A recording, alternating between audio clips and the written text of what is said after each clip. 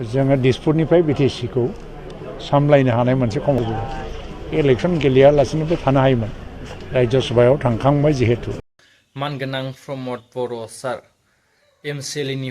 MP एमपिनिफ्राय MLA मा बुंखो इउजि ब्रह्म सारा आरो बेजोंनो लोगोसे इउपिपिएल दोलोआ बिटिसि गभर्नमेन्टखौ सलायनो थाखाय मोनसे इसारा बुंदों बिथाङाहाय आरो बेजों लोगोसे जे बिथाङाहाय बा इउजि ब्रह्म सारा जे टिकेट मोननो हायासै बा टिकेट लायासै बेखौ लानानै खायसे खोथा आरो लोगोसे फैबाय थानाय इलेक्सनखौ लानानै गोबां खोथा फोरमायलांदों नोंथांमोना नैबे भिडिअनि गेजेरजों नायनानै मोन्थिनानै लानो हागोन। इउपिपिएलआ हारसिं गेलेनायनि मिनिङा जाबाय जोङो बांसिन नाम्बार लानानै देरहासार जानानै दिसपुराव जि गभर्नमेन्ट जागोन 2026नि जि सायख'थिनि उनाव दिसपुरनि गभर्नमेन्टआव जोंनो बांसिनै एमएलए लानानै जोंनि मदद नङाबा गभर्नमेन्ट दानो हाया बेबायदि मोनसे परिबेस फैगोन आरो जों आसा खालामो बिटिसिआव थांनाय 2020 मायथाइयाव जोङो सरकार दानो हायाखैबाबो एइबार बिधान सभा बिसायख'थिनि गेजेरजों जों बांसिन एमएलए देरहालांनानै जोङो दिसपुरनिफ्राय बिटिसिखौ सामलायनो हानाय मोनसे क्षमतायाव फैगोन जोंनि मदद नङाबा बिटिसि सामलायनो हानाय नङा जोंहा जिहेतु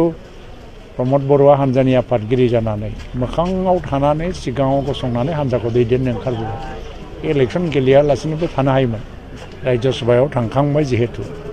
नाथाय जिहेतु गाव इलेक्सन गेलेयाबा फ्रन्टनिफ्राय जुदि हानजाखौ दैदेनाबा थ' इलेक्सना हयतोबा बेसेबां जरदार जागोन बे मोनसे साननाय फैबाय आरो बियो मोनसे धोरोमबो जायो मोनसे हानजानि दैदेनगिरिनि बे धोरोमखौ लाखिदों बियो बे हिसाबै बिथाङा सिगाङावनो थानानै हानजाखौ दैदेननानै इलेक्सन गेलेबाय बिथाङा देरहागोन आरो जोङो देरहानायनि सम्भाबना थानाय सिटखौ गोबांथार दङ क'क्राझारावबो बे हिसाबै जोङो बिपिएफनिख्रुइ बांसिन सिट देरहागोन बिपिएफआ जुदि दिनै पावाराव दंबाबो 4टा 5टा देरहायोबा जों 6-7टानि खमाव देरहायाबो जानोबो हागौ थ' जों बांसिन एमएलए लानानै दिसपुरखौ जोङो कन्ट्रल खालामनो हागोन बिटिसि पलिटिक्सखौ दिसपुरनिफ्राय आरो इउपिपिएलनि जे इयुन बे जोबोद माने गोजों आरो मोजां जाबोगासिनो दङ। बाथ्राया आङो गेलेनो होननानै आङो मोनसेबो समस्थिखौ आं बियाखैबो आङो एप्लिकेसनबो होआखै बे बिसायख'थिखौ आङो आंनि अन डिसिसनजों आं गेलेयाब्लानो थाथ'दों बे बिसायख'थियाव आं एसे थाथ'नोसै होननानै बहुत खारनाव बहुत जाहोन दङ बेवहाय फारसेथिङै आङो मिनिस्टारमोन आरो मिनिस्टार 5टा बोसोर जानानै जि मोनसे एलायन्सनि गभर्नमेन्ट सोलिदों बे एलायन्सनि धोरोमा बारा मोजां रोखोमै रक्षा जालायनाय जायाखै 5टा बोसोराव आरो बे बिथिंनिफ्राय नायनानै आंहा बेक्तिगत माखासे जाहोनबो दं आं गेलेयाखै बेहाय खुद्रिसारनायनि बाथ्रा गैया भुपेन बर'खौ आङो खावलायगोन जिहेतु जलेन दैमारि दङ सिटिं एमएलए गबिन्द बसुमतारी दङ सिटिं एमएलए आंबो सिटिं एमएलएमोन जोङो रावबो बेखौ मोनसे इसु खालामाखै आरो गेलेथारनांगौआ मोनसे टाइम सिचुवेसन मोनसे गोदान जोलै बा जेनेरेसनखौ लिडारशिप मोनसे लाबोनायनि मोनसे खाबुबो होनांगौ जों हानजायाव थानायनि मिनिंफ्रा बे नङा जे बिदि नङा जे आं गेलेबा देरहानाय नङामोन हयथ' बबेबा नङा बबेबा देरहागौमोन नाथाय मोनसे सइच्छाजोंनो मोनसे मोजां फिल्डखौ बा परिबेसखौ नों जुदि बानायनानै होयो गोदान जोलैनो हानजाया मोनसे ब्राइट फिउचार थायो ओंखायनो भुपेन बर'खौ आं खावलायगोन बिथाङा रेजिगनेसन होनानै थादोंब्लाबो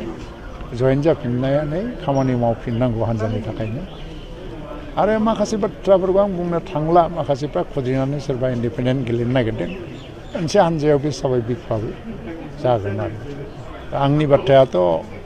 नोंथांमोना मिथिगौ जेब्लानो मोनसे प्रयजनियता फैदों मोनसे डिमान्ड फैदों आङो नांगौआव गावखौनो सिगांनानैबो होदों सेक्रिफाइस खालामनोबो आरो नांगौआव आङो हगारनानैबो होदों